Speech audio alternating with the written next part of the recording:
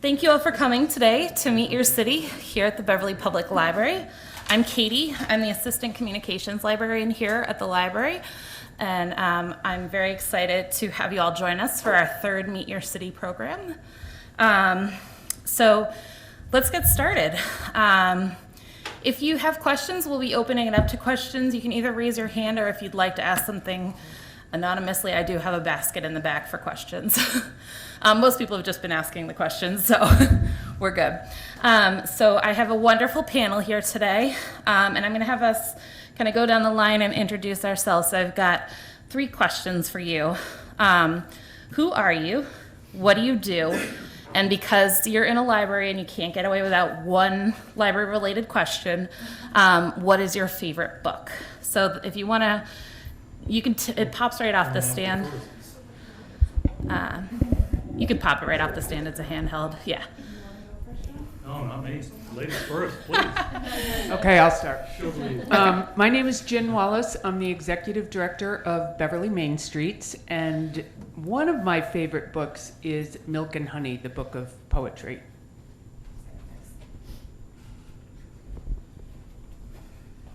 Okay, I'm Rachael Abell. I am currently the Ward 1 School Committee representative. I also serve as the secretary on the school committee, and I am the chair of the Finance and Facilities and Policy subcommittees. Favorite book, so it's usually the most recent book that I've read. I've been reading Becoming by Michelle Obama, Living in a Different Time. Every time the news comes on, I just dive into that book and kind of live in another time. But I think that she talks a lot about what our upbringing means to us and what we owe to our future generations in terms of living a life of service and understanding that we aren't who we are because of ourselves, but because of the love and the high expectations that are set for us. Thank you.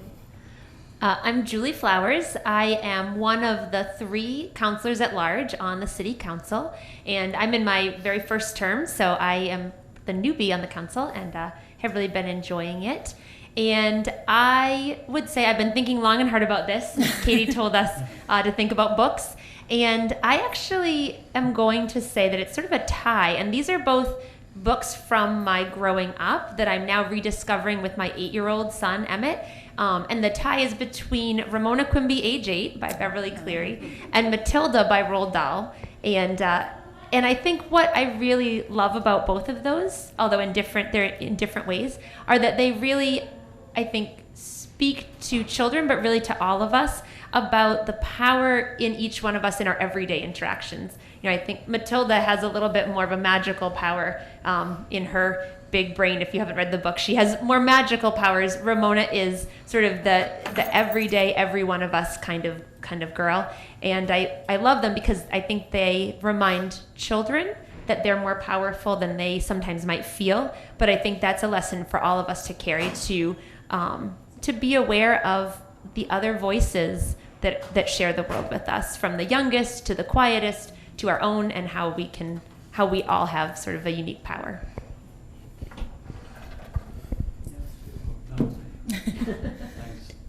Hi, my name is John Frates. I'm a lifelong resident of the city of Beverly, and I represent Ward 6, which is Pride's Crossing, Beverly Farms, and Centerville. I have a shameless plug because I'm not as voracious, I can tell already, as the other, my esteemed panel. But I have a book that happens to be my favorite book. It's called The Ice Bucket Challenge, and it is about my son's journey with the terminal illness of ALS. And amazingly, and I'm so glad that you're next to me, is that Jen was instrumental in getting her niece to endorse this. So maybe we can get into that later. Great. Thank you, guys. So how did you become involved in this position, and how long have you been doing it? What are some of the things you get into in this job, in your job? And So I moved to Beverly from Atlanta in 2006, and I was walking down Cabot Street, and it was in the days when there were a lot of shopping carts in store doorways and restaurant doorways, and it was pretty dirty. And I had come from this fabulous neighborhood right in the heart of Atlanta called Virginia Highland that was very family oriented. It was relatively small, no chain stores, no chain restaurants. And I just thought, wow, Cabot Street could be so much better than this, and it really could be like Virginia Highland. So I actually started volunteering with Beverly Main Streets. And then a year later, I was a management consultant for NCR Corporation, and I was working remotely in Beverly. And a year later, Anne Marie Casey left the position of executive director to become the chamber director in Marblehead. And I interviewed for the job and got it. So I really came into it through kind of a love of downtowns and seeing what Cabot Street especially, I mean, Rantoul Street was so much worse at the time. But Cabot Street especially, I really kind of fell in love with what the possibilities were for the street. And so I really started volunteering, and now I'm the full-time paid executive director, and we also have a full-time marketing and events person. So it was kind of like karma.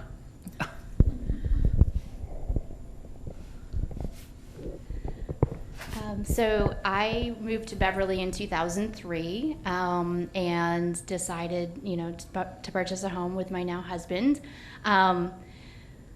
We had children. I had been part of the Friendly Garden Club and active civically with a lot of beautification and different types of activities that the Garden Club had undertaken.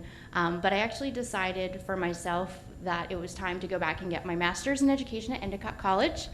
And during that process, I actually had a wonderful experience in my capstone leadership course to actually interview with Jen Wallace, and we talked about the themes of leadership. And I decided right after finishing that program, I really needed to live my own family's legacy of service and find out how I could contribute to the city. So I had some different conversations with city leaders, including David Lang, our Ward 1 City Council representative. He tried to encourage me to get onto the Conservation Commission. I went to a few of those meetings, and they were very late.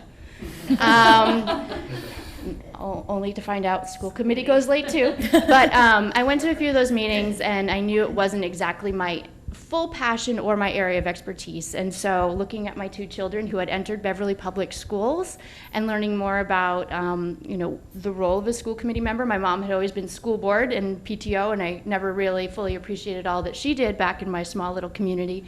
So I decided to pull papers and run. So I've had 2 terms in office. I look forward to serving our community again. What was the rest of the question, really? What do I do? Yeah, so this term has been interesting because I was nominated to be secretary.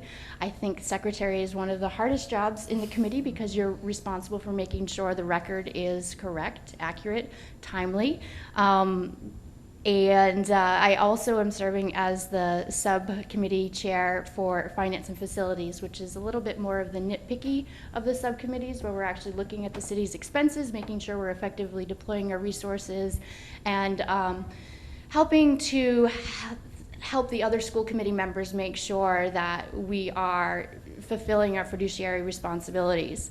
Really, school committee, I've learned through practice and now being on the board, really only has 3 jobs. That's what they tell us, at least by Mass General Law. And it's the fiduciary responsibility, the hiring or firing of a superintendent, and really the whole budgeting process. Oh, and policy. I forgot to mention I'm the policy chair as well. That has been an exciting adventure. So, with those responsibilities, I think the job changes every year. We had a superintendent search committee. I participated on that with the mayor in the last go-round. I've been on 2 principal search committees. Definitely looking forward to finishing up all of our policy work. We actually went through all of Beverly's school committee policies to make sure that they aligned with best practices from other communities, that they were in line with our own charter. We have a home rule charter, which is a little bit different. So that's always a little bit interesting for us. And making sure that our practices within our schools are actually complying with our policy and investigating where we can make improvements, add extra clarifications to help our administrators, and to help our community understand more about, why we make some of the decisions we do and how we treat everyone fairly, equitably. I don't know. Is the cord stuck on the table? Okay. I was gonna say it's really long. Okay. So I work, my day job is that I work at First Baptist Church on Cabot Street, and so have experienced a lot of the wonderful work that Jen has been doing firsthand. And up until 2016 or so, I had not really considered running for office in Beverly, although my job is one that definitely takes me out into the community and is a very community-facing, community-driven job. The church where I am lucky enough to work is a church that sees itself as being as a downtown church and both as a very social justice oriented church, one that sees itself as being very outward focused. And so because of that, I'm out in the community and had been quite a bit working around issues of access to early childhood education. We have a preschool, affordable housing, Harbor Light House and Turtle Creek, Turtle Woods were started by essentially the church, but spun off into their own organization. So I feel like I was immersed in the community. I grew up here. I had a community-facing job, and I really had not given a lot of thought to running for office. And then I have a good friend who is the executive director, or was at that time, of an organization called Emerge in Maine, in the state of Maine. And she would frequently just say to me, you would really love this program. It's really designed for women who might think one day about running for office, to help them understand what that would be like and how that process works.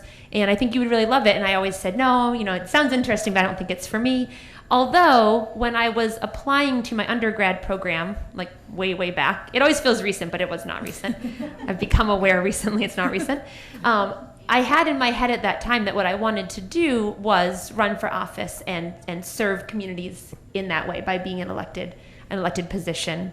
And over time, I ended up sort of taking a different path and ended up in the career that I had. But I think that dream that I could be of service somehow by running for office was maybe not completely put aside. It was just on hold. And so the more that my friend Jill would ask me about this program, the more I thought, well, I don't think so. Maybe someday.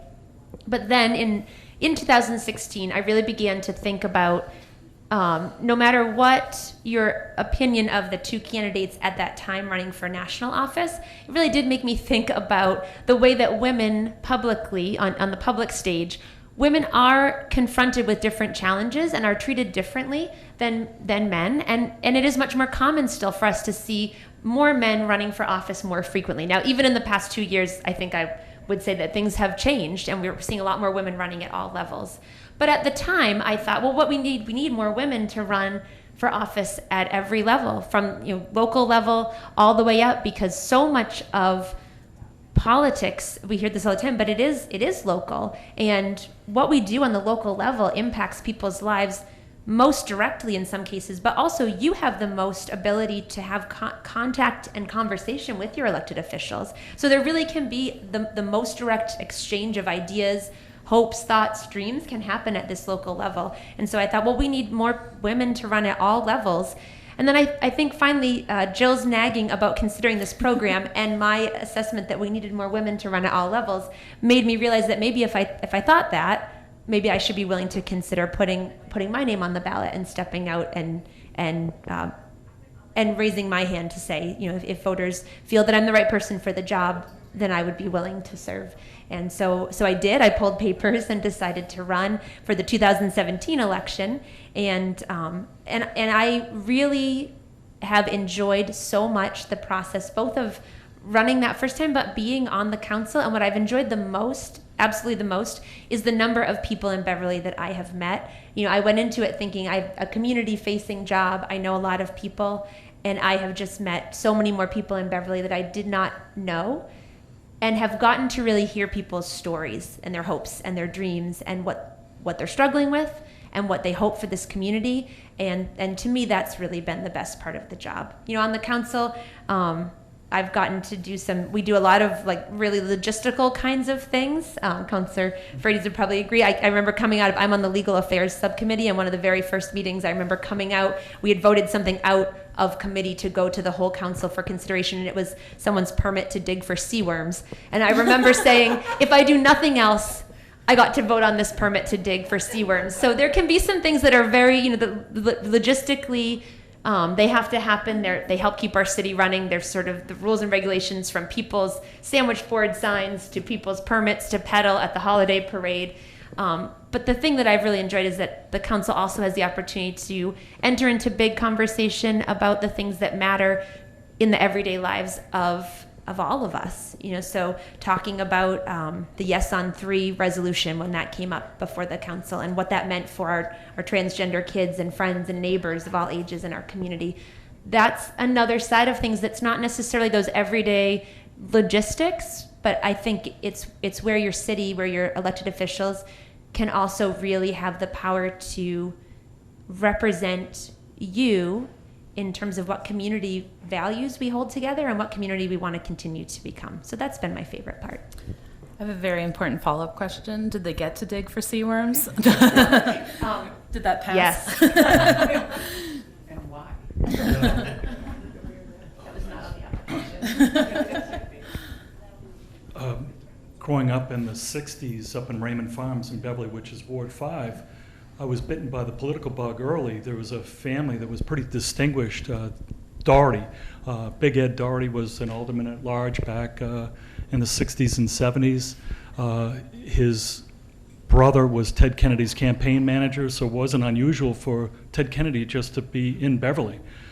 So I thought that was kind of normal. Went off to college, did a poli-sci economics double major, and really had all this energy, drive, determination, and book smarts. So when I came back to establish myself here in Beverly, I got involved in the planning board. Pretty exciting stuff, heady stuff. We built all of Centerville, where I happen to live now, and the meetings would go to 1 or 2 o'clock in the morning because there was so much going on. But then there was a death in the Board of Aldermen, and I think it was something crazy, like 12 people put their name in.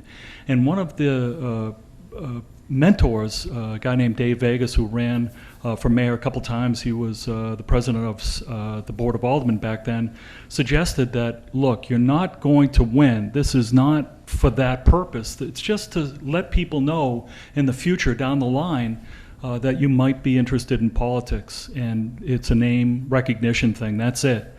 Well, somewhere around 12:30 in the morning, after 25 rounds of voting, they selected me to be on the board because I think they held their nose and said, we're going to let this guy in, compared to some of the other candidates who were pretty well known, but they were divisive back then, polarizing people, I guess you could say. Make a long story short, I loved it, but what I didn't realize is I didn't have life experiences behind me. So I don't know if I contributed as much as I feel I'm doing now in this iteration, because I have that life experience, but I've lost a tremendous amount of brain cells. So I'm trying to split the goalpost, I guess you could say. A lot of this coming back into political life really centered around my son's illness.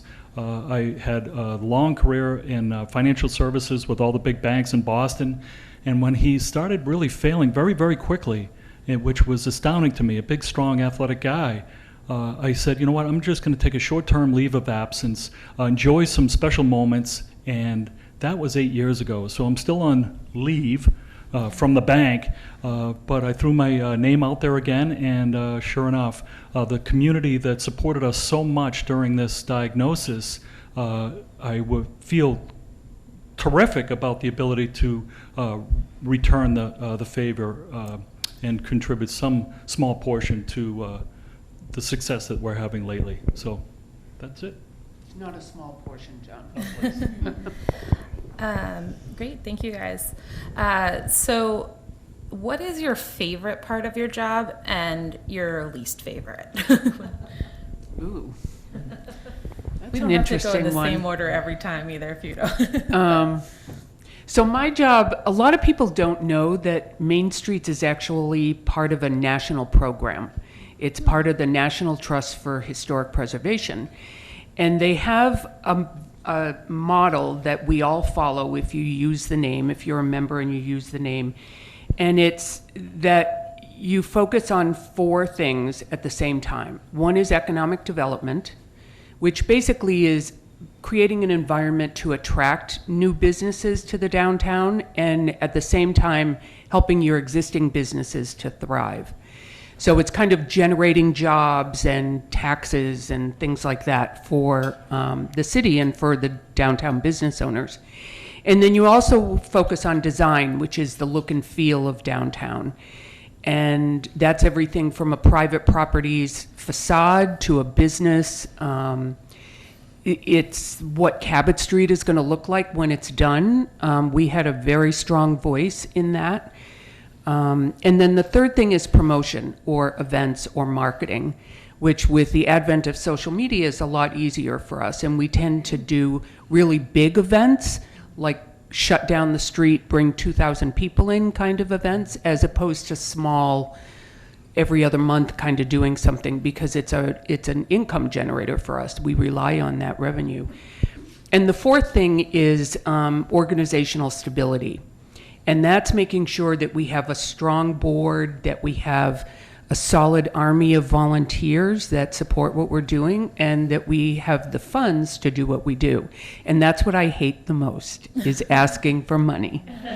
So that's the least favorite part of my job. I think the most favorite is sitting at an event or being at an event like Arts Fest or the upcoming Trick or Treat event, where you just see people smiling and happy and having a good time and having a beer on the street and listening to music. And that's one of the things that we're really proud of doing, is kind of improving the quality of life for people through those community events. So I think that's probably my favorite thing.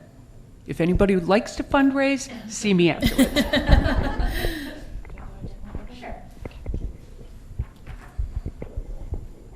Rachel and I are switching it up, although we have come dressed alike. I would say I kind of gave you a nod to what my favorite part of the job is, which is really getting to meet people and meet them where they are and hear their stories.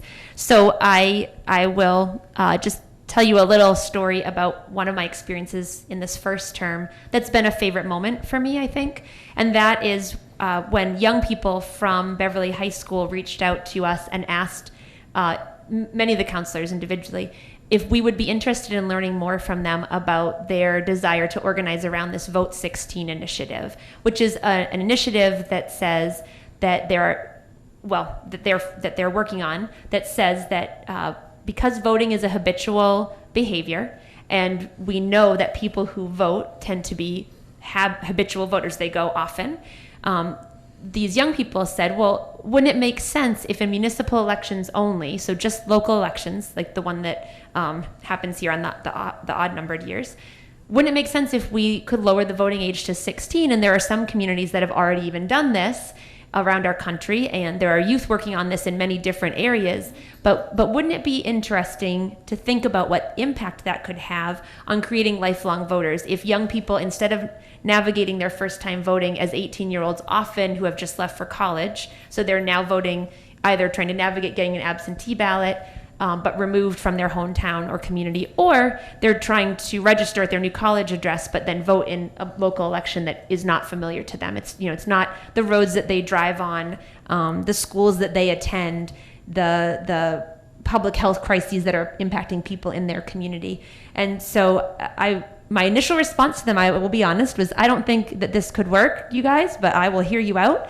And in the time working with them, they were so thoughtful and so persuasive in the fact that they had done research, and they really had a solid argument and presentation, not only about the habit forming nature of voting. And so they talked about what it means, especially if you think about that particular age group, 16 and 17, what it means to see your parents, your teachers, your older peers all going to vote. And so what kind of positive social pressure. You know, we talk about social pressure can be negative for young people, but we apply sometimes positive social pressures to one another, and we do it as adults. You know, if I'm going to vote and my parents are very good voters. I don't want to malign them, but you know, I think I can apply positive social pressure to people in my life, and so they talked about that positive social pressure on young voters and the excitement that would bring towards forming that habit. But they also talked about in some communities where the Vote 16 initiative had passed, what happened that was really interesting was that all of a sudden voter turnout at all age levels was going up. And their hypothesis was that young people, because they were excited and engaged in the process, were actually applying that positive social pressure to their parents, to adults in their lives. You know, I think when you come home from work and it's a ballot that doesn't have a whole lot of choices on it, as weary adults, there can be a strong temptation sometimes to say, oh, if I don't get to this one, it won't matter. And I think these young people were putting positive social pressure on people in their lives to say, aren't we going to go? Aren't we going to go vote? But they also had done quite a lot of research, and I learned a lot from them about voting and the part of our brain that it employs. And so, you know, part of, I think, a knee-jerk reaction on this topic, even for me, was that we know that brain development continues long beyond the teenage years, well into people's 20s. And what they helped me to learn was that when we vote, the part of our brain that we employ it's a cold cognition activity versus hot cognition. And so the part of the brain that each of us is sort of tapping into when we go into that ballot box and cast our vote is as developed in a 16-year-old, as an 18-year-old, as a 25-year-old, as a 50-year-old, and so on. So I tell you this story not because the Vote 16 initiative passed. I tell you this story because it's a really high point for me about what I think our job as counselors can be beyond you know, the nitty-gritty votes and beyond the things that we have to do to keep the city moving and working in partnership with the school committee and working in partnership with the mayor. Because these young people, they organized themselves and they came to multiple council meetings in a row. They had different speakers signed up at multiple meetings. They had adults who didn't know them see them on BevCam and come to the next meeting to speak in support of what they were doing. And so I think for me, it really spoke to the kind of positive community engagement that we can create. It doesn't mean that everything that each of us wants to work on will always carry the day or always pass. And in some ways, maybe that's not important all the time, because when we create those spaces for community conversation, we can all grow together. And those young people, you know, they had this incredible experience with feeling they had access to their local government. And I think that's really instructive for all of us. So that's a favorite moment for me. Something that is not a favorite thing for me is, I guess I just feel in Beverly, the model is that we have part-time elected officials, and that's the model. But that does mean that I often feel like there's so much more that I would like to do, you know, especially if I get a question or a need from a constituent. There is so much more I would like to do, and I think it doesn't always happen on the timeline that I hope. It doesn't always happen as quickly on the turnaround as I would hope. And there are some things that, as counselors, our role is limited, and we actually can't even always do everything that we might want to do for people. So I think that's where I sometimes feel frustrated is the wrong word, but just that's where I wish I could take a magic wand and change it. We recently had a presentation at the council where the person presenting said, well, your staffs know about this. And I thought, oh, wouldn't that be so nice? And he's used to speaking in front of state reps and people who do have a staff. And so I thought, you know, I think that's where as part-time people, we are our own staff. And so I always hope to be able to quickly respond to people. I sometimes regret that it's not as quick as I would like. Can I ask, actually, before we go on, what is the status of the Vote 16? Has it been voted on, or? It was voted on. It did not pass as a resolution. Okay. Some of the young people who are working on it are now off at college themselves, and the young people who have not yet graduated, you know, will they continue to work on it and come back and talk to us again? I don't know. I hope that they will. I hope that they will stay engaged. Great, thank you. So for school committee, as I mentioned, I have two children in the district in 5th and 6th grade, so I have some familiarity with the schools and the activities that are ongoing. We live in Ward 1, obviously, so Ayers School has been our home base for many years. And I've appreciated the opportunity as a parent to go into the classrooms, but I have to say one of my favorite things about school committee is being invited into the schools to see the engaged kids having a blast. Whether it is doing site visits and just popping into typical classes or being invited in to be a science fair judge, that's one of my favorite days, and I'm excited Cove just invited me again, so on my calendar. But I think having the opportunity to see other children besides my own, I love them dearly, but I get enough of them, but to just see people having the relationships with their teachers and with that, whatever the course material is. I saw, it's really funny, they were studying mummification and different types of materials that could be used for mummification. Their subject matter were hot dogs, and we were there on the last day of the experiment. It was quite interesting to see their science journals. They had been taking measurements of the weight of the hot dog when it was fresh from the pack, and then on this last day of the experiment, and to see, without fail, the kids weren't upset with the smells. They also had apples, actually, and those were actually more aromatic than the hot dogs even. But to see the hands-on learning, to see the different project-based learning, there's definitely a new model that we are doing professional development with our staff for project-based learning. And this is an opportunity for kids to actually find where they have strengths in a team, work as a team on longer-term engagement projects, and actually have hands-on learning for the different scientific methods or different project management skills, executive planning, all those things that are going to make them successful adults. And problem resolution. Sometimes when you're working in small teams, especially the ages where they're actually, using scales and calipers and all those different pieces of equipment, it is a real life skill that they need to have. It's been one of my maybe least favorite things is to see the amount of screen time our kids are getting, either at home or in school, but having the experience visiting the classrooms and understanding that our district really sees the devices as an aid, as a tool.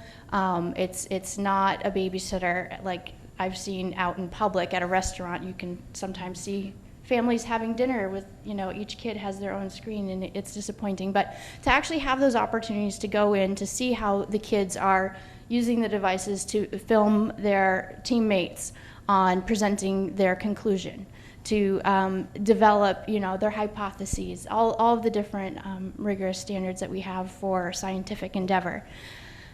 I think one of my really least favorite aspects of school committee is sort of getting a peek into every child's situation when you have parents or constituents that are raising concerns to you and recognizing that we have a limited amount of resources with which we can help everyone.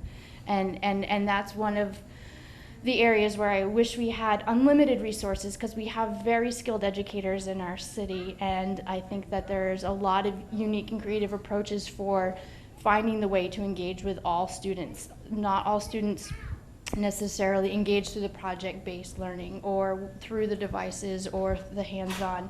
There are so many different learning styles, and I really wish we had the resources to find the very best for each individual child. So keep working on that. Thanks. Yeah, I think the best part of the question, the position, Julie touched on it for sure, is it's so rewarding when somebody will give you a call, and my job is a little unique compared to an at-large counselor in that, you serve the constituents, you're the conduit between the delivery of services from the municipality to the end user, the constituent, the resident. So say there's a collapsed sewer manhole or basin. There's a catch basin on Reza Road recently that was overflowing. Snow removal issue, trash issue. I love helping out. It's and getting a thank you or a quick note is wonderful. But conversely, the opposite side is whenever there is an issue that either through lack of funding, as Rachael was just saying, lack of municipal service delivery, it is very difficult compared to where I was. In other words, in the private sector, being a department head, it was your bonus, your raise, your job on the line, but you had to make those hard choices, and you could make or break a decision. It's not that way at we're very limited, I think, as Julie so wisely said. One of the things I've been thinking of, Julie, and I know I have my meeting with the mayor tomorrow, let's see how this one goes, but I saw this question. What if each ward had a $50,000 budget or appropriation that you could put street trees in, fix a couple sidewalks, or throw it all at one road to repair it? So I'm going to suggest if you would get behind me in that and see if I last more than 10 minutes with the mayor tomorrow. But, just all You can kidding always aside. come back on Friday if you're on the Oh, is he? 25th. Okay, that'll be in the Come back, audience. yeah. Yeah. But I was thinking, that might be a way that each of our, not for, just to appropriate, so a reserve fund that we might be able to deliver constituent services. So that's the most frustrating part of the job. So what do you wish that people knew about your position, and what do you think would surprise them if they did know? So, do you want to start again? Or? I think we touched on a lot of things. So, sometimes I call ourselves advanced dog catcher at my level. Just doing the blocking and tackling. Just making sure that we're delivering the services, keep the line of communication open. Julie mentioned that some of the voting that we do is just transactional. Okay, somebody wants some seaworms, somebody, then there's other appropriation of finances, because we are the backstop. When I first got on the Board of Aldermen, it was a different environment. We were the legislative body. We determined, how the city was to be run, and the mayor was in a weakened position. Now it's completely opposite. So I do like it a lot better because this mayor is, whoever he or she may be, it's their administration on the line, it's their voting record for all to be aware of. We as part-time employees, I feel that it's better off being that backstop, being that check and balance. But then again, we're limited in what we can do. What was the second part? Sorry. Well, just what would surprise people most about your job? Yeah, I think that's. Which I think you've got, Yeah, that's about the surprise. You can go next. Sure. To that end, I think that being a parent and being at the soccer fields and at the PTO events and everything, people do have opportunities to speak directly to me quite frequently. They know now, after a number of years, that I'm on the school committee, and that's someone I should talk to because I have this problem.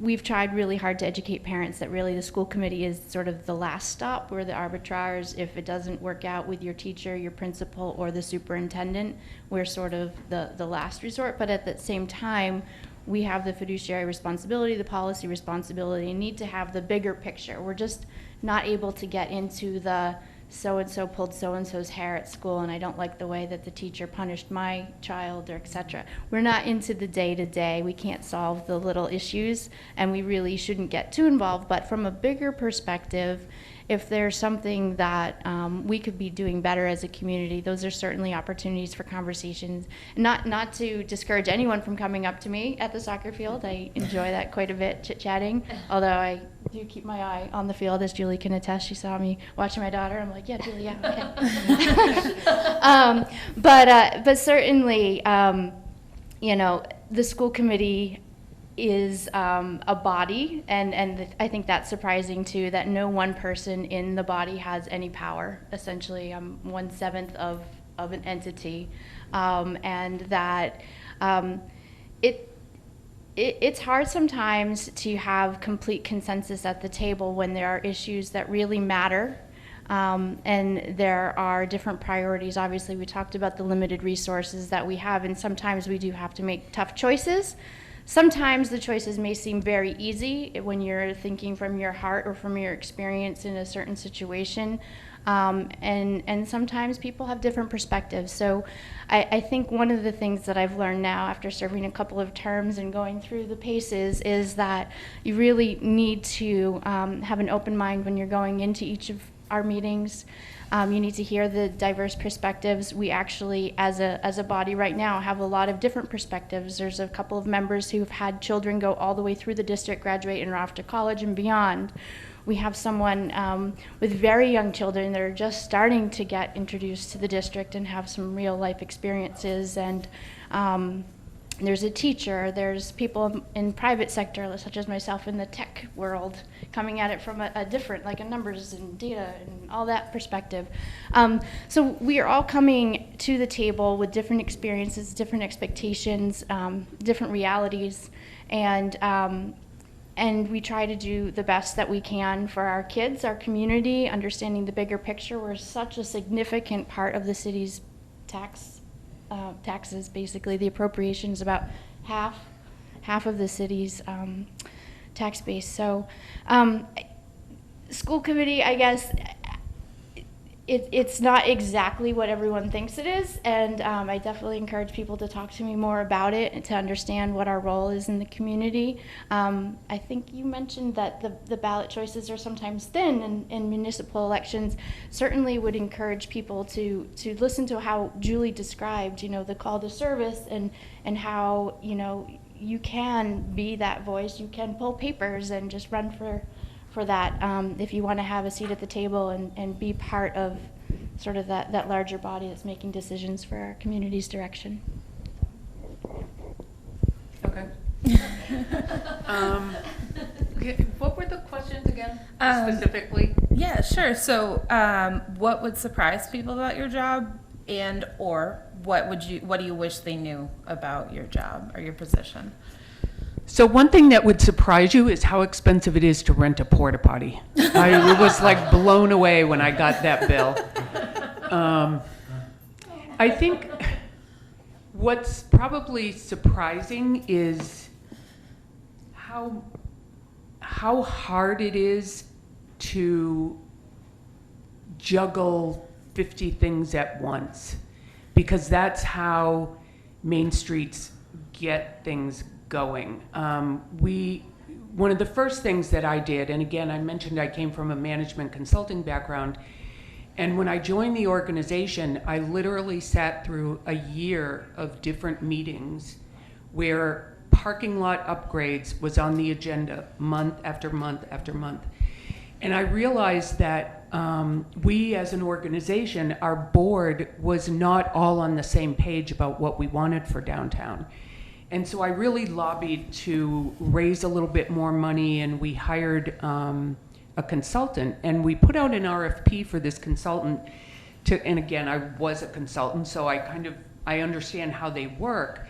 But we put out this RFP, and lo and behold, the best response at the lowest cost that we got was from Kennedy Smith, who for 13 years had been the National Main Streets Executive Director.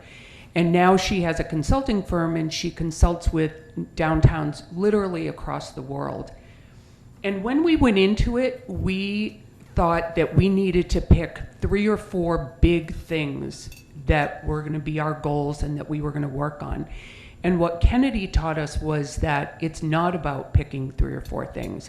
It's about doing 50 small things all at the same time, but have them be geared towards a vision that you can articulate, so that everything kind of works together, but you can't put all your eggs in one basket, because we don't control the landlords, for example. We're seeing a trend on first floor Cabot Street right now where we're going to have 2 real estate offices, and I apologize to anyone who's a realtor, but that is not a good use for a first floor space, because it's typically an appointment business. It's not like you're going to walk by and say, oh, maybe I'll sell my house today and open the door.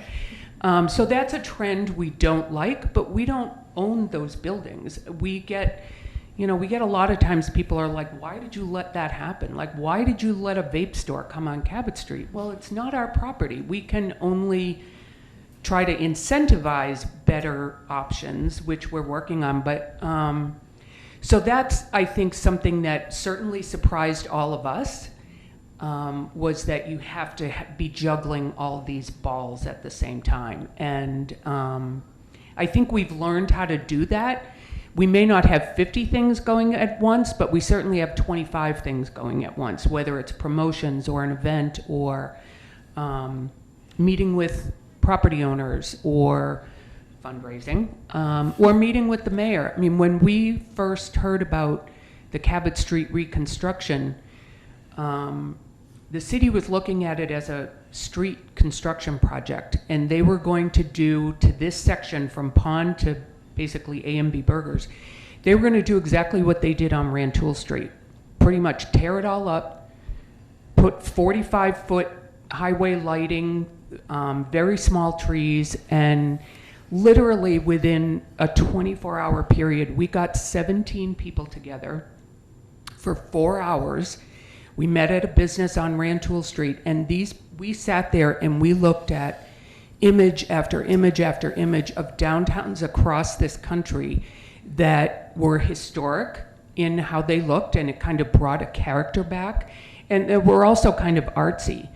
And so 6 of us from that group of 17 went and met with the mayor and with Mike Collins, who's the city DPW head, and a bunch of people on Mike's team, and we basically said, please do not do to Cabot Street what you did on Rantoul Street.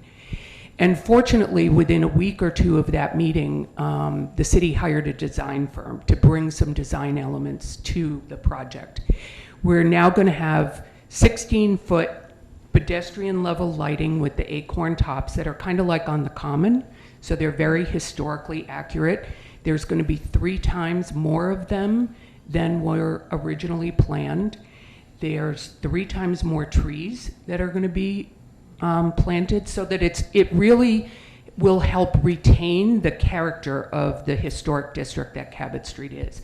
So we're really proud of that, but we're also proud of the fact that we could engage that many professional people, designers, architects, landscape architects, on short notice, because people believe in the value of a good downtown. So I think, like I said, that kind of surprised all of us, that we have to work that hard and be that nimble to make the transformation that we think is happening in the downtown. So.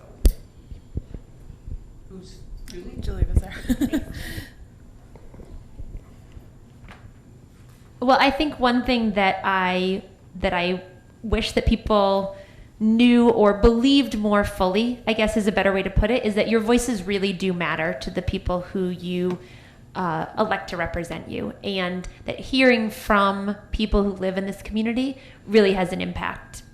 Jen just gave a really nice example, actually, of how you can get together with a group of people and advocate for a perspective, and maybe that doesn't always carry the day, but it has an impact. I know there's been meetings where we have met in the past 2 years I've been on the council, in front of an empty council chambers. That most of the meetings, actually, I'm just going to be honest. But there are meetings where people turn out for particular things that they feel passionate about, public hearings, or sometimes just to see an issue discussed by the council that they feel passionate about. And I don't want to overstate it. I can only speak for myself and say with certainty that I know it has an impact on me.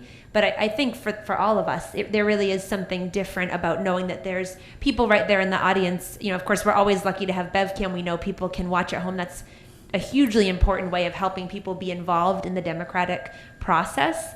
And so I think we're very lucky to have that.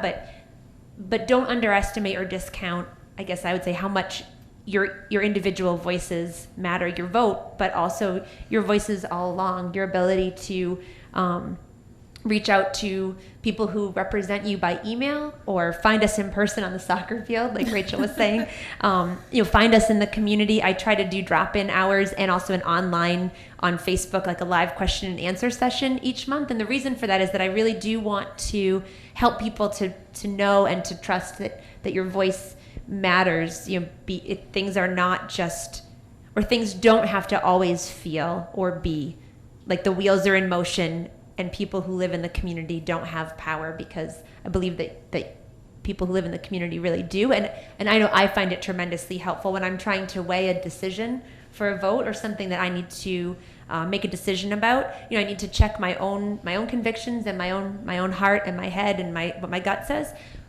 But I also really want to know what people who are asking me to represent them, what they think, what they feel, what they need. So that's something that I hope that people will come to believe increasingly more deeply, that there is access at the local level to the people who represent you, and that your voice really matters. And I think the surprising part, John kind of touched on, I guess we both have, but I do think what might surprise people is to find or to discover the places in our charter that limit the council's ability. And so there may be times, which sounds probably like it's contradicting what I just told you, which is your voice matters. But I don't mean it to sound that way, because I think there are places where it might be that your city council doesn't have the specific power or ability I might not have, or Councilor Frates might not have the power in our particular role to solve the problem or to handle it the way that we might want to handle something for you. But what we can do is help to connect you with the people who are the right people to access, or to encourage you to write to the mayor, at any given time, whatever mayor's administration. But because the mayor in Beverly, it is a strong mayor position, and just like for us, your voice matters with whoever's representing you as mayor. So I think, even though I'm saying you may be surprised, I think I was. When I got on the council, I was surprised by some of the things that we can't help impact directly. But I also have been pleased to keep learning all the ways that we can help connect people to the people, the spaces, the places that can help them more directly. So to kind of go off of that a little bit, if people are interested in becoming involved, and I know we've talked about this a little bit, how can they become involved more in what you're doing? Or what are the best ways to reach out, all that kind of stuff? How do people do that? How do people get to this dialogue? Do you want to just, since you've been talking about it? Sure. Well, I think, at least in terms of contacting me directly as one of your at-large counselors, I live in the community, I work in the community, so I really do mean it when I say, if you see me on the soccer fields like Rachael, you can approach me there. I have an 8-year-old son at Hannah Elementary School, so I am there frequently. I'm part of the PTO. It's a different hat, but when I'm there, it's also a great chance for people to engage me at school events, at events with Emmett, my son, but also Facebook, social media. You can reach out to me that way. You can reach out to me on Instagram. My city email is jflowers@beverlymass.gov. That's sort of the format of all of our on the city side of our emails, and that's always a great way to get in touch. But I think also coming to, if you want to come by a council meeting and see what it sounds like, get the feel of it. Those are on the first and third Mondays of each month. They're on the third floor at City Hall, and that would even be an opportunity not only to get to hear some of the conversation happening, but frequently there's different moments of recess in the meeting, and so you could even come and introduce yourself during one of those times to us, and that could be a way to open the door to be able to get back in touch and to have further conversation.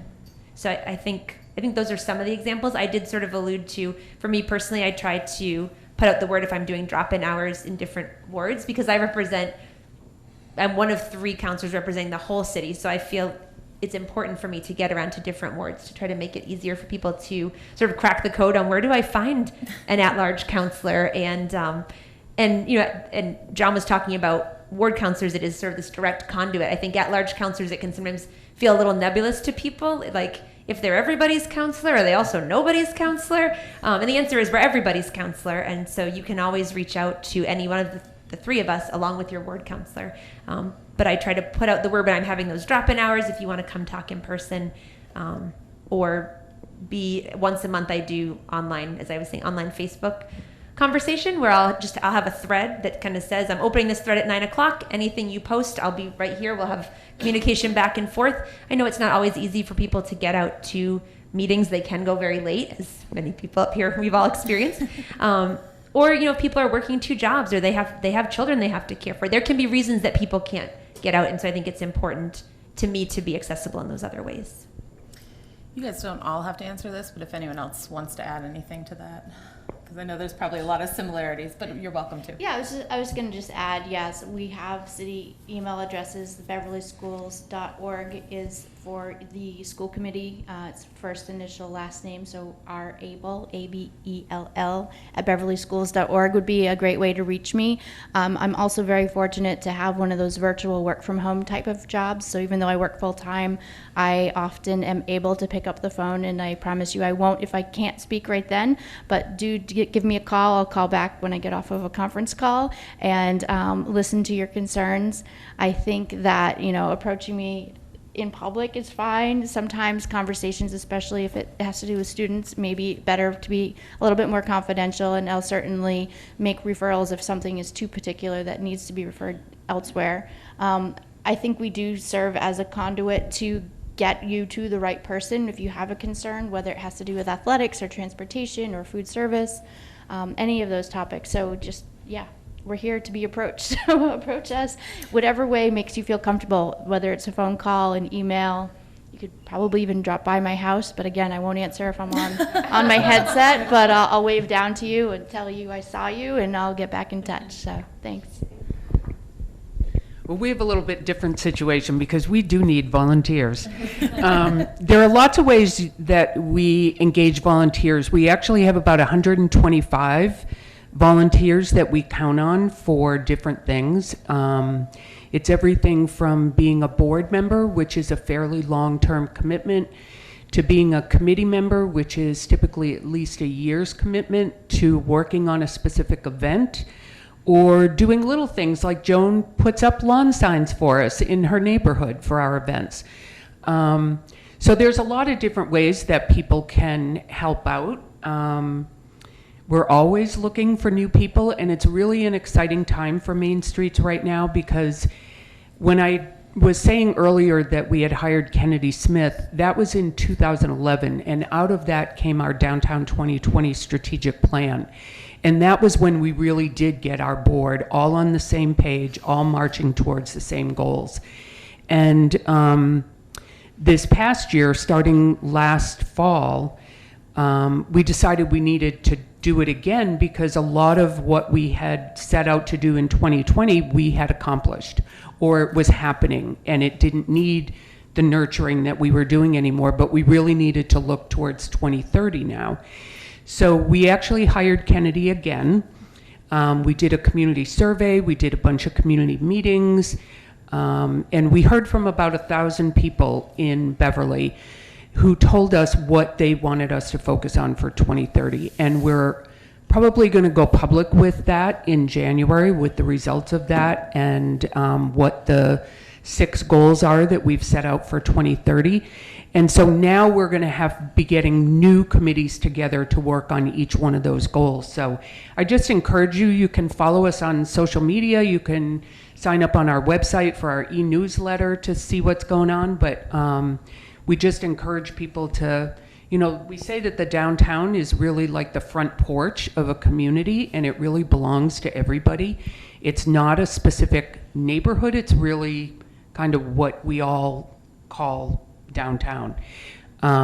So we would love for you to kind of keep an eye on what we're going to be doing starting in January, and get involved if you want to. I deem myself somewhat of a historian only because I'm old. But, observing politics in this city for so long, I've really never seen anything like this particular election cycle where, there's a lot of incumbents that are just going along without opposition. There's only one primary, I think, in the whole city in Ward 3, which is fantastic. Even Julie's position, the three incumbent counselors are really just jockeying for position to be named the council president. That's the way the charter works, the top vote getter. Either we're doing the most remarkable job, all of us, on the council and the school committee, or there's a complacency. And I think Julie hit on it perfectly, that just getting involved, or being involved with Jen and her organization, just coming to a school committee meeting, coming to attend, you'll always find an organization there that might need some help, where it's not a major commitment. It's not getting on a heavy board like a conservation commission or the planning board or some of those heavy duty jobs. There are some positions. For instance, I heard that the cable committee is just reopening again. Apparently every 10 years it goes back out. So that might be something that people might dip their toe in the community. You know, the other thing you guys keep mentioning is the soccer and the sport. I have a 7-year-old granddaughter who just got involved in soccer. So it's wonderful, and it's, but, you know, I went from the last official game watching one of my offspring, I guess, you know, play at the highest level of ACC Division I college baseball to all of a sudden 7-year-old soccer. Well, I'm not as infatuated with the game as I should be, and maybe I can erase this part of the tape. But what I ended up doing is I turned and I watched and looked in awe at the middle school. I just could not believe that structure, how beautiful it is, how proud I think we all should be of that building and what it represents, but also the fact that a lot of great planning went into it, and we got it built on time, on budget, for significantly less. That exact same blueprint is being built, I believe, in Saugus right now for almost double the cost. So there's a lot of smart choices being made in the city, so maybe that's the reason why there isn't as much involvement. But I know that the mayor and Kevin Hartunian, his assistant, are always looking for people. Thank you, guys. At this point, I would like to open it up to any questions from the audience. Does anyone have any questions at this time? Yes. So I've been going to some of those planned Beverly meetings, and I guess I'm wondering how that fits with City Council and with Beverly Main Streets, and I assume you're all talking to each other, but just as just a regular old person who's showing up, I was just curious. So just to reiterate, oh, I'm sorry, were you? No. Okay, I'm just going to reiterate the question on the microphone, and so that BevCam can collect it. So the question is about the Plan Beverly meetings. Did you say it's Plan Beverly? Beverly Planning? Plan Beverly. Okay, that's what I thought. I just thought it sounded wrong. The Plan Beverly meetings and how they've been going. I know at the last Meet Your City we had a lot of talk about the master plan, so I'm sure that's going to come up here as well. So about how the Plan Beverly meetings are working into City Council, School Committee, and Beverly Main Streets. So I can address that from the Main Streets perspective, as well as being a fellow Ward 1 resident. We're really excited that the city is undertaking this plan, because it's basically like a 50,000 foot level plan. It doesn't get into real specifics, but without that 50,000 foot view, we don't really know what the city's vision is. And so it's really helpful to us as an organization to understand, what does the community want for downtown? How are we going to connect downtown to the waterfront? Or are we going to connect downtown to the waterfront? So from our perspective, it's really important. And as a resident, I've been to most of the meetings. I think I've missed one. I've taken the survey. There's a new survey that's out. It's really exciting to have the opportunity to say, this is what I'd like to see in my neighborhood, because right now they're doing neighborhood-specific meetings. And it's the same firm that did the recent master plan in Boston called Imagine Boston. I think it's 2030 or 2050 or something. And so the city has actually done a whole bunch of studies recently. We did a housing study, we did a traffic study, we did the school study, we did all kinds of studies, and the purpose of the master plan is to pull all them together. And it's an exciting process that it's really incumbent upon the residents to participate, because that's how, it's setting the future. We didn't do one for 15 years. So it doesn't get into specifics, but it still provides a blueprint for where we're going.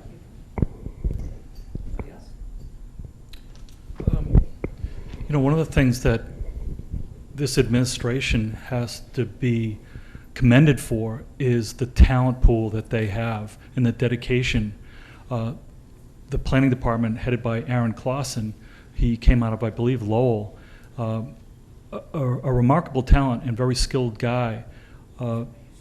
Jen just put it perfectly, that it hadn't been talked about for a long time, and I have those two spans of public service. I think it's something like 25 years in between times where I was serving the same position, but flash forward to the current times.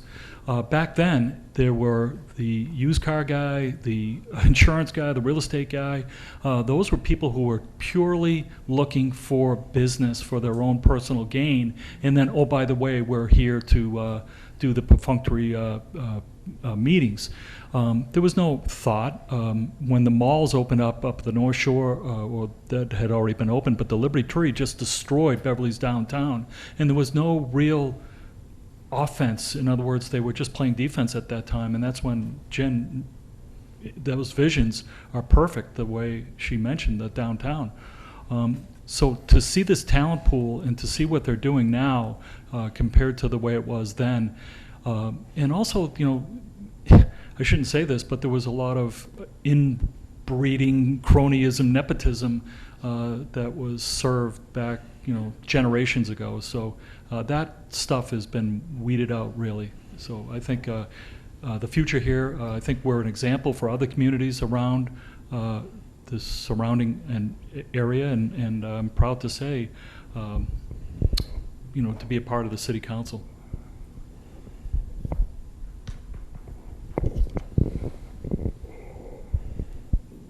I won't repeat what's already been very adeptly said, but I just wanted to say that I think you asked how does it tie into the city council, and one of the ways that and I think it will, and one of the reasons I'm really excited about it is that right now, you mentioned that you've been participating, and this really is what I would call an information gathering kind of phase, and I think Jen said it, and I agree 100%, that the more people we can have getting out and doing what you're doing, participating in the meetings, bringing their voices, taking the online surveys. There actually is a second online survey that's up now. If people haven't seen it yet, this one is a little bit different format. It's actually points on a map, and you kind of drop and drag. It'll ask you different questions about what you think belongs in different areas, particularly around development. And that is something, if I had to say one topic that universally, when I'm knocking on doors, when I talk to people, when I meet people, development is a big topic right now in Beverly, just in terms of where and how much and how should it feel. So I think this is a chance for people to share their view and their hopes and their dreams. As Jim was saying, what does the community wish that it would be in the future? And so then what I think about on the city council perspective is that all this information gathering, all these voices being able to be brought together, that helps me down the road when we're considering, we're making votes on land leases or money to be appropriated to different projects. It's really helpful. I have my own views about green space being maintained, or where I think maybe that should happen, or resiliency as a coastal community and how we need to be focused on our coastal areas and what can go where. And I bring that to bear, but I think seeing the master plan results when the information is gathered together and knowing what the community hopes and envisions for itself, to me will be extremely instructive as a counselor when we're then looking at projects, proposals, hearing from developers who come before us to present something that they might hope to do. So I think not exactly in the same way that Jen's role rolls into this as Beverly Main Streets, but I definitely see it being extremely instructive to me as a counselor and to my fellow counselors when we, along with the administration, are considering what new projects and what new developments and what decisions we want to make together for our city, because this is really the chance for us to know how this community views itself and what the community hopes that it will be. I want to add that the survey, if you're looking to take it, it's on the City of Beverly website. There's a top bar, and you can just click and take it right from there. And I believe that's still up there. This newest one was just launched. Yeah, You so can sign up on their website to will you get just give her the updates. mic? Oh, she was saying you can just sign up on the website to get updates. So just in case if that's something further you want to look into. Was there any other questions? Okay, I have more, so, oh, go, yes, no? This is for Rachael, the school committee. Just curious, do you all work with other towns, any kind of communication, other school districts? I'm asking because it seems to me that the towns are so close together. I didn't know if there was are you all in your own little fortress, or? So the question was for Rachael on the school committee, and it was if the school committee works with any of the nearby towns because we are so close, or if it's more of a solitary pursuit. Sure. So Beverly enjoys relationships with other districts for different reasons, whether it be from a health perspective. We collaborate often with Gloucester and Danvers and some other communities on health-related topics. Obviously, we have the athletics where we are in competition with other towns and working with them. All of the members are part of the Massachusetts Association of School Committees, and we do have the opportunity in November to meet with other communities throughout Massachusetts to learn about challenges and how they're being solved in other communities. I think from my personal perspective, I work for a rather large company, and I have fellow colleagues who have enjoyed the ability to run for their local school board or school committees, and so I actually have, work relations with, a member from the Rockport School Committee, for instance, and I have had the opportunity to reach out to school committee members in Peabody who had just completed their Higgins Middle School project back in my early days of the school committee, as we were still waiting to make the vote even to put that building together. It has flown by, really. I think that we look for opportunities to figure out what other communities are doing. We're having a meeting this evening, and there will be some different topics that come up, and some of the topics made me question, well, what is Middleton doing a little bit differently? And I don't think that any of us on the school committee are that shy about reaching out to learn what works, what doesn't work. So although sometimes you can feel like, yeah, the Beverly School Committee is a little bit of an island, I think that we all take into account, what our neighboring communities are going through. There's hard lessons being learned in some communities with how they're even going through the transactional warrant process and actually paying the bills out of the correct appropriations, not to name any names. But I think that we do keep our heads up and our ears open and look for opportunities to either synergize with our surrounding communities, or just at least exchange experiences, like how do you do a final sign off on a building, like making sure that some of these things are taken into account, and keeping a finger on the project to make sure it doesn't get overlooked at the end. So hope that answers your question. Okay. Any other questions at this time? Okay, so I have one that I'm always curious about in general. So if budget was absolutely no option, what would be no problem, you could do whatever you wanted. What would be the first thing you would do? So it's kind of that priority, what would you just do if you could just do anything you wanted? Does anyone want to take it, or? So I think we asked our superintendent candidates this question. If money was no object, what would you address first? And it is so challenging. I think from my perspective, and I won't be very popular with the 5 to 18-year-olds, but I think a longer school day would be really important to allow more opportunities for access. I know as a mom who works from home, I spend a lot of time doing mom taxi, driving my kids to extracurricular activities, and wouldn't it be fantastic if we had more time in our day where we could offer that to kids, all kids, every kid, not just the kids who are lucky enough to have a mom that can like jump off a conference call and like drive quickly somewhere and do that sort of thing. I think that my own educational experience growing up in a tiny little stick town of New Hampshire was we just had a longer school day because that's what we did. We were, a small little place. We didn't have any place else to be but school. And so I had opportunities to do a lot more things, and I think that if we had the resources to do it, would benefit from offering foreign languages to all elementary schools, to offering more choices for sports, not just the highly competitive ones.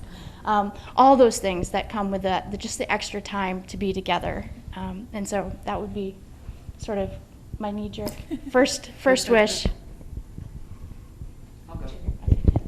So if I had no money issues, no, I didn't have to do that fundraising. I would love to create or to help create a beautiful, walkable connection to the waterfront.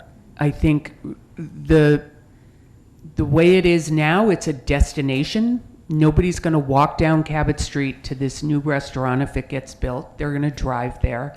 But I would envision this beautiful walkway filled with public art and space for programming and families there all the time, day and night, and just kind of bring the water into the community. Right now, it's like it's a whole separate place. So that's what I would do. I was going to leave the schools to Rachael because every department, everybody, we talked about limited funding and resources. But Jen, you stole the answer. Anytime we travel, anytime, we just came back from California, it's immediately to the waterfront. I love looking at it. I love being on the water. I love the restaurants down there. I love the excitement, the energy, the charm. And when I go down to our waterfront and we come in from Salem especially, it's just not inviting. It makes no sense. And I know it's going to be improved and all that good stuff, but I would blow that whole place up and rebuild it and make it, like we just came back from San Mateo. Is that the name of the place in California? I don't even know where Whitey Bulger was. Oh, okay. No, not San Mateo. Where was Whitey Bulger? Right near California, Los Angeles. He's like a criminal. Yeah, I know. I went to his house, but anyway, that was gorgeous. Yeah, I had to go check it out. And people kept calling me Charlie. That was his name, Charlie Gasco. I haven't seen you for a little while because I'm old. I'm from Boston. That's a joke.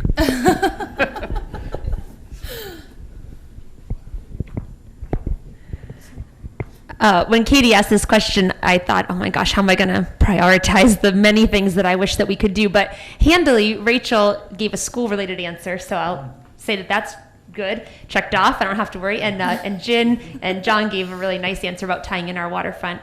So the other thing that I was thinking about, and handily, it looks like we are finally going to get a new police station for our police. So I think that's much needed. But the answer that I will give, given that those things are happening and my friends up here have handled the other things that I would want to do. I would like to put money towards being able to build up our fire department. Again, if you traveled way back in history, in Beverly's history, when there were tight budget moments, and we're going way back comparatively, one of the places that cuts were made were to infrastructure like fire. And one of the things that I think is interesting to think about is our fire department does an incredible job keeping us safe, as does our police department.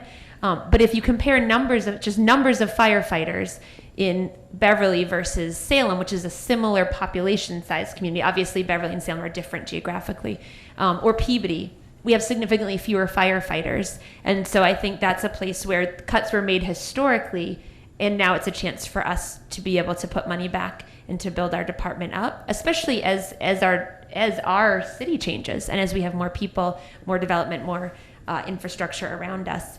One of the things that's really interesting that I've learned in the past 2 years about fire that makes it sort of an extra challenge, and why I say it's a place that I would choose to put money if it were no object, is that the way that, and some of you may already know this, especially if you have firefighters in your family, but I did not, that the way that firefighting shifts work, you can't really hire one firefighter. You need to hire them in groups of 4. And so that makes tremendous sense. It's also something I would never have thought about.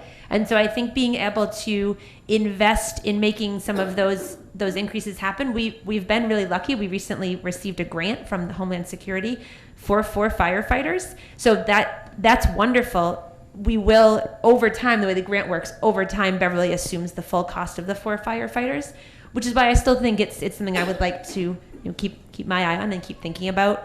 Along with each of our fire stations needs some amount of work. Central Fire down right next to the church, definitely it's a beautiful old building in many ways, and it also, the firefighters who work there will tell you it has a lot of need.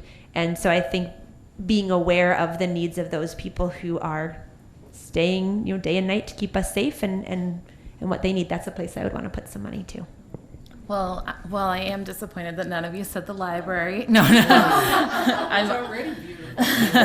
I'm only kidding. I do want to say, though, that we actually just had one of our custodians leave, and he's actually left to go work in the Beverly Fire Department. So that's one for us. So before I ask another question, does anyone? Okay. So what do you think some of the major challenges facing Beverly as a city, like as a whole, that we're sort of facing right now? I could rephrase that question if it didn't make sense. Did you already have? So I've been in Beverly since 2003. I wasn't born here, but I have 2 children that were born here, so I'm a parent to Beverly residents. I don't have the long history. But I guess, Jen, you similarly are new here. And I came from a community where we had Old Homes Day. Like, we knew who the founders were. We knew a lot of our history. And I think that I really appreciated Historic Beverly and what they do for the 3rd graders in our town, to really give a sense of place for what Beverly is, what it has been. And I think one of our challenges is that, I'm a transplant. I came here more recently from Cambridge, but originally from New Hampshire. And even though my kids were born here, I don't necessarily feel like I've completely been accepted into the community. And I think that I have noticed, it will probably never happen, right? But I think that we're challenged in understanding that, our city is growing and developing and changing. Certainly the schools feel it with the class sizes and the growth. Thankfully, we have relief from the new middle school, and moving our 5th graders up has given breathing room to our elementary schools. But I think that we have to understand that people aren't necessarily moving to single-family homes anymore. Some of the commuter-oriented apartments are going to be attractive to families with children, and that obviously is going to put some additional students into our schools, and we need to just be cognizant and accepting of the fact that Beverly is a great place to live. It's certainly a place that I'm happy I found. During my internship back in college, I was up in Gloucester, but covering Beverly and Essex, and certainly am so happy that I feel welcomed here, even though I still am an outsider.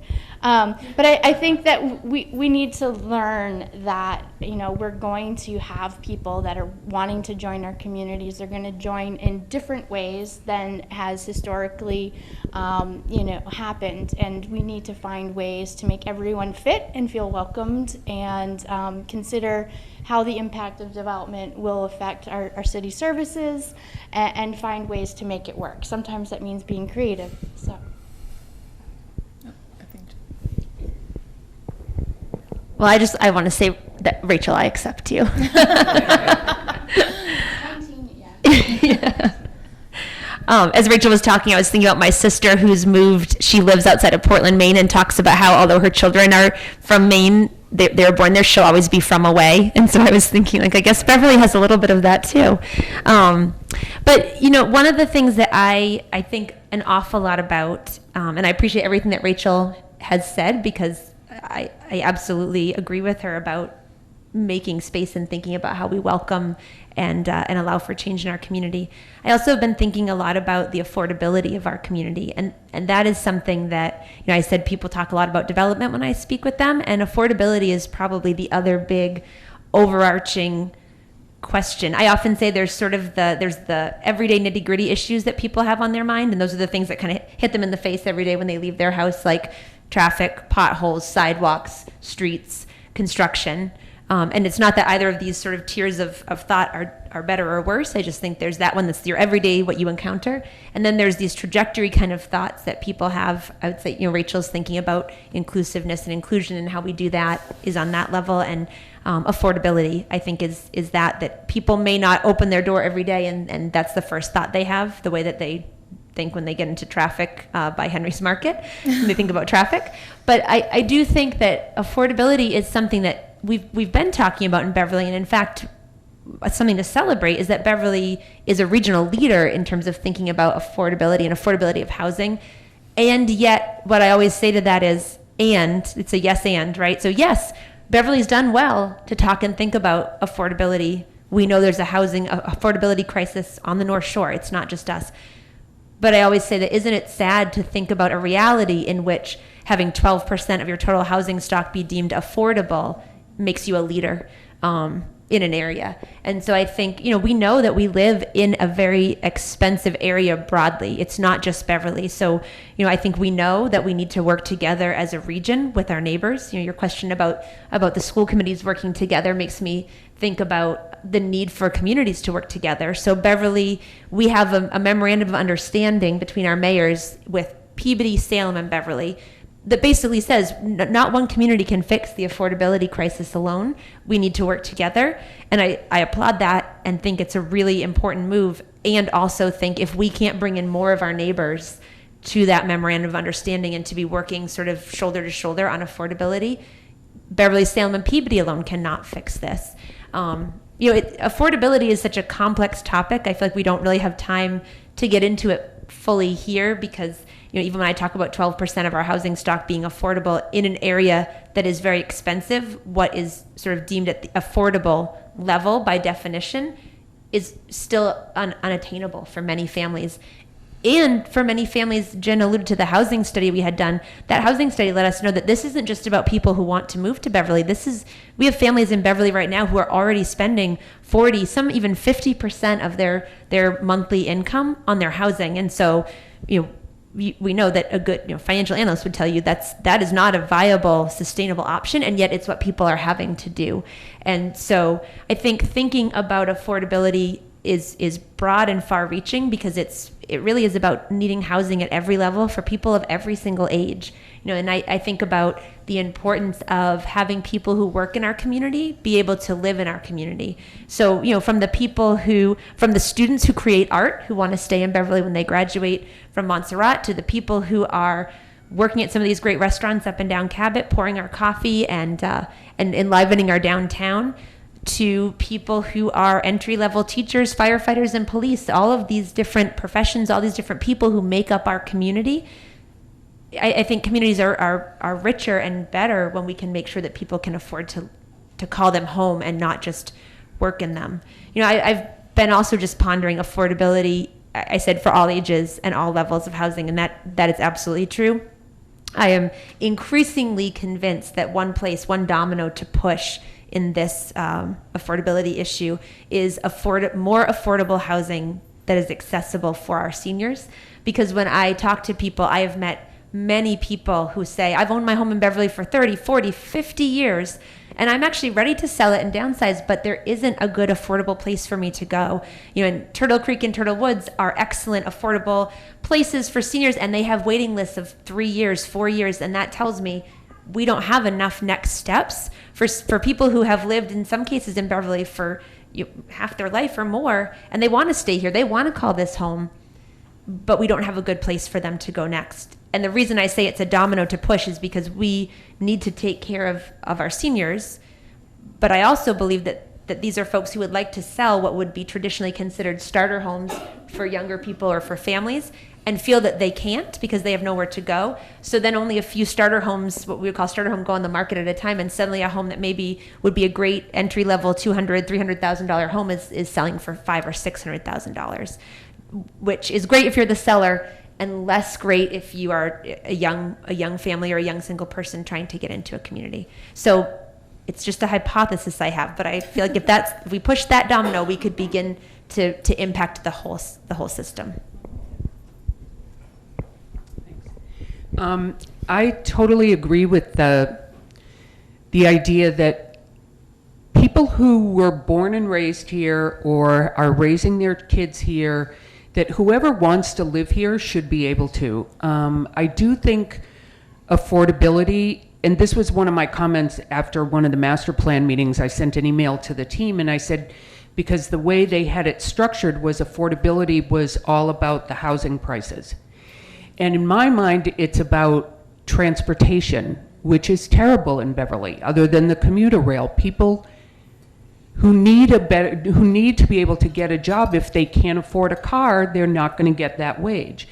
It's about education and making sure that people are trained for a better job, or that we can afford to send our kids to college, and so that they can then make a little bit more money at maybe a professional job or as a plumber or whatever they choose to do. But it's not just about how much your house costs. It's about health care and transportation and all those things together, which kind of comes back to the master plan idea, which is what do we as a community have to do to make sure that people are trained to work, that they want to work, that they can get to work, that they're healthy enough to go to work. All those factors, I think, come into play with affordability.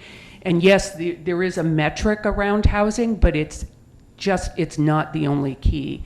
And I think that's a huge challenge for any city to face, and certainly we're not alone in that. And I hope we do have the will to do that, because it's not an easy road, but I think you kind of have to look at it holistically.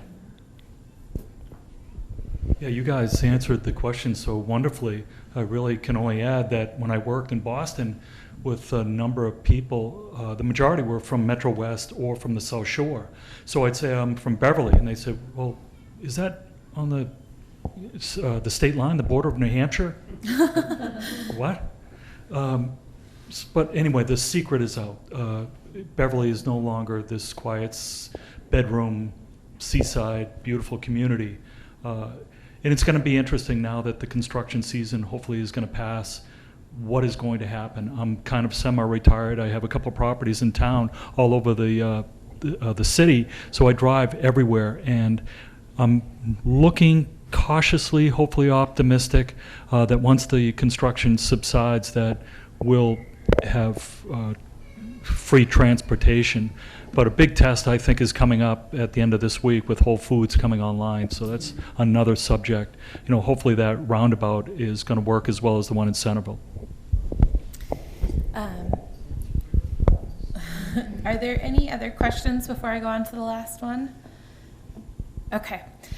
So let's end on a good note and talk about what you're most excited about for the future of Beverly. What really is something you want to share with everyone, or just are like, I can't wait for this, or just I love the track we're on. So whoever wants to.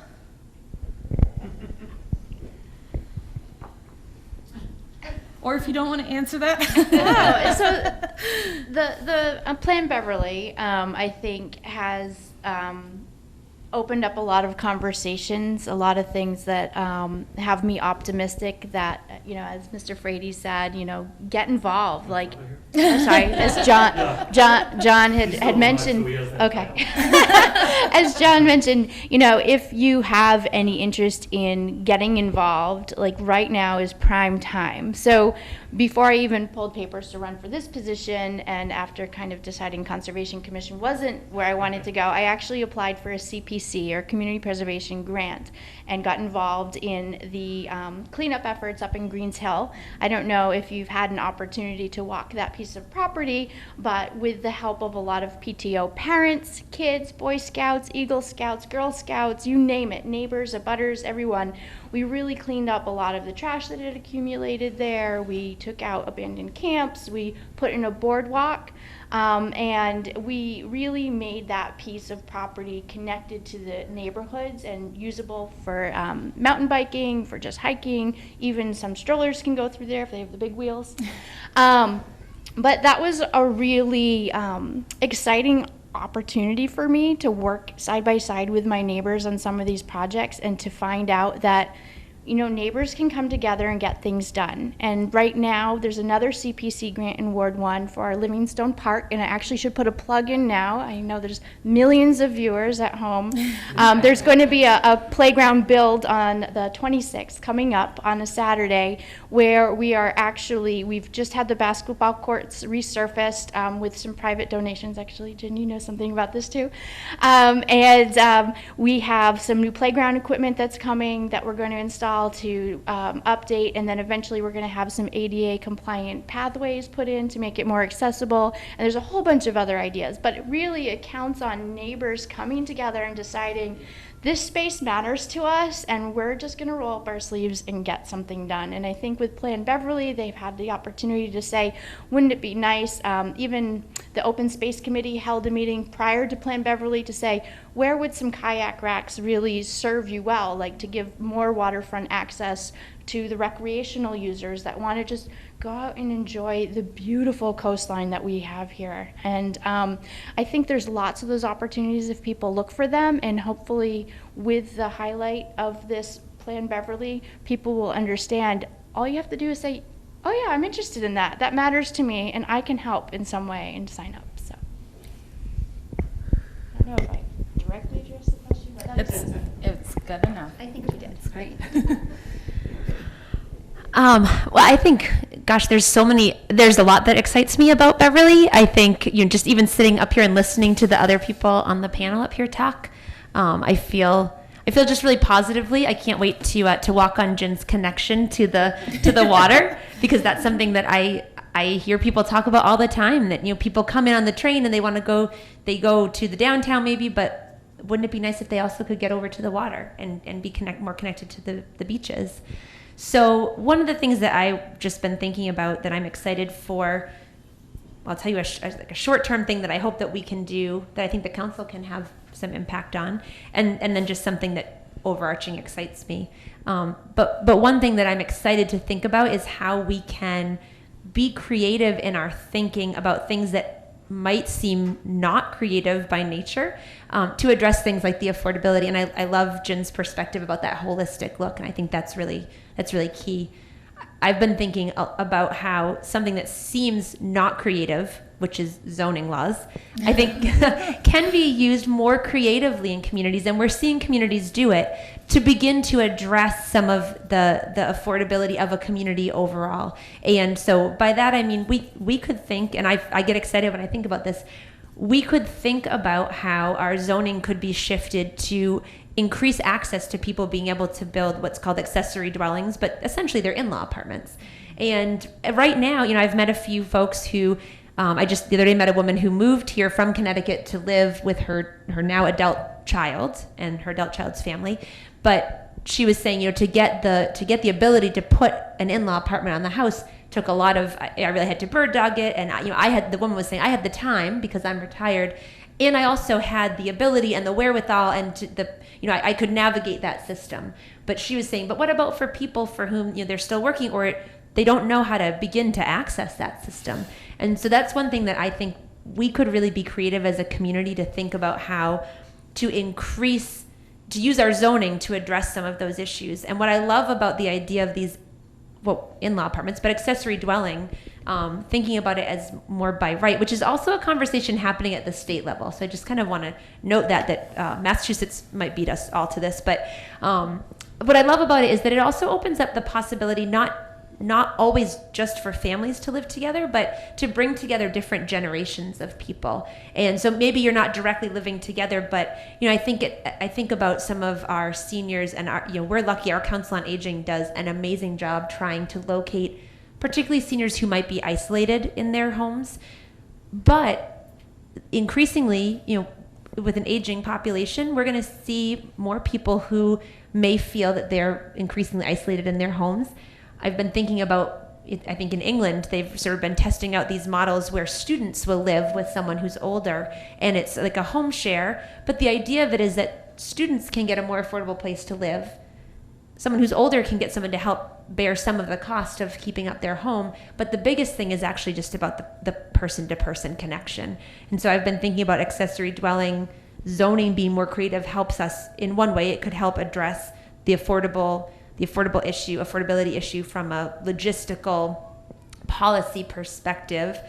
But it also, even if you're not directly sharing the exact living space, you seeing your neighbor who shares your home as you both go in and out of the house, checking on each other, being able to just chat with each other, I think could help increase some of that person-to-person community kind of connection that we really need, that helps to address some of the other aspects of what does it mean to be a community. I think other ways to use zoning creatively, most communities do not yet know what to do with small living space, tiny houses, and the like. And so I think there's real potential for us to continue to think really creatively. I think Beverly is a creative place. I think there's potential for us to keep doing that better, and that excites me. And the last thing I'll just say, as an overarching thing, working with the young people who came for Vote 16, but seeing people, the age of Rachel's children, seeing the age of your grandchildren, but just seeing the young people who are growing up in Beverly right now, and I'm privileged to get to work with some of them in my day job as well. But they are so creative, and they have such an eye towards how we could be better at inclusion and invitation and creating community, and their teachers are helping them think about that at school, and they're hearing about it, they're thinking about it. So I feel excited as they grow up to see what, when they're the ones sitting around the table at the next Plan Beverly, what are the things that they're going to help lead us towards. That excites me, and I can't wait to see where we go. One thing I'm really excited about is the fact that so many people are showing up these days. They're coming to meetings, whether it's a planning board meeting or a city council meeting or the Plan Beverly meetings. I didn't see that 2 years ago, 4 years ago. I saw a lot of stuff on social media, which you still do, which is unfortunate. It's a very negative space if you look at some of our local pages, but I think people are realizing, as you said earlier, Julie, that your voice does matter. And it doesn't matter whether you agree with what people are saying or what their positions are. I'm just excited that people are making the effort, because sometimes it is hard to go out on a rainy evening, or it's much easier to sit and watch the city council meeting from my couch. But it's exciting to see people showing up and voicing their opinions. Thanks, Jen. I want to thank you, Katie, and the library for putting this on, and BevCam for filming it. But as far as asking about the future, I'm the fortunate one who gets to sit with these bright, intelligent, insightful people who are the future of Beverly. So it's been excellent to share the panel with you guys. Two things that I'm very excited about is the waterfront with the development of the old McDonald's site. Everybody thinks we're just giving this thing away. We're not. This gentleman is going to put $2.3 million of his own funding into the space, which we inherit after, I believe it's a 20-year period, Julie. So that is pretty remarkable. It's not going to be my father's McDonald's anymore. Number two, the Beverly Police Station. 30 years ago, there was front page news almost on a weekly basis about the morale in the Beverly Police Force, about some incidents that were occurring in that space because it was really uninhabitable, and yet there was no other place to do it. The fact that they just got a boiler, I think, after all these years, so they can have hot water in the place. It's just, to see it come full circle and be finally developed after 30 years, it's just great. So that's what I'm looking forward to, and the future to my left. Last thing I want to do is thank personally Jen. Oh boy. You know, when we were looking for ways to fundraise for my son's exorbitant medical care, she was the first one to raise her hand. And what she showed us, how she trained us, how she brought all this skill set and her incredible insight. We've had many successful events that Jen helped us with the blueprint, all because of her love and compassion. Now, I don't want to put you on the spot, but in the foreword of the book, your niece, you were able to get your niece in there. I'm sure the audience is on bated breath. So, Thank you, John. That was really nice. I've really enjoyed those Pints for Pete fundraisers, which Beverly is one of the few that does the Pints for Pete as a pure fundraiser. So it's a great model. Every May, right? until the cure. Until a cure, that's right.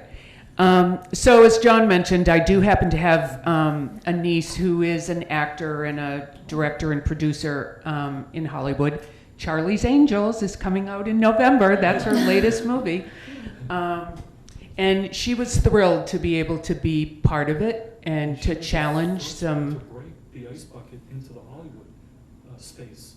So that just kept that going. Yeah. Well, the other thing that I love about Beverly is the way the community rallies around people who are in need or people who are struggling, whether it's Pete or Riley Rocks or whatever it may be. This is a community that really cares about each other, and that's really special that I'm proud to be part of. So thank you. And thank you, Katie. Well, on that lovely note, I want to thank you all for coming out today and for coming to Meet Your City. We do have one more Meet Your City event on Friday, October 25th at 2 with Mayor Cahill. So hopefully you guys can come out to that again. And also, I just want to say a huge thank you to my panel here today. I really appreciate you taking the time out of your day and coming in to talk with us. I think it's been incredibly informative. So thank you guys very much. Thank you.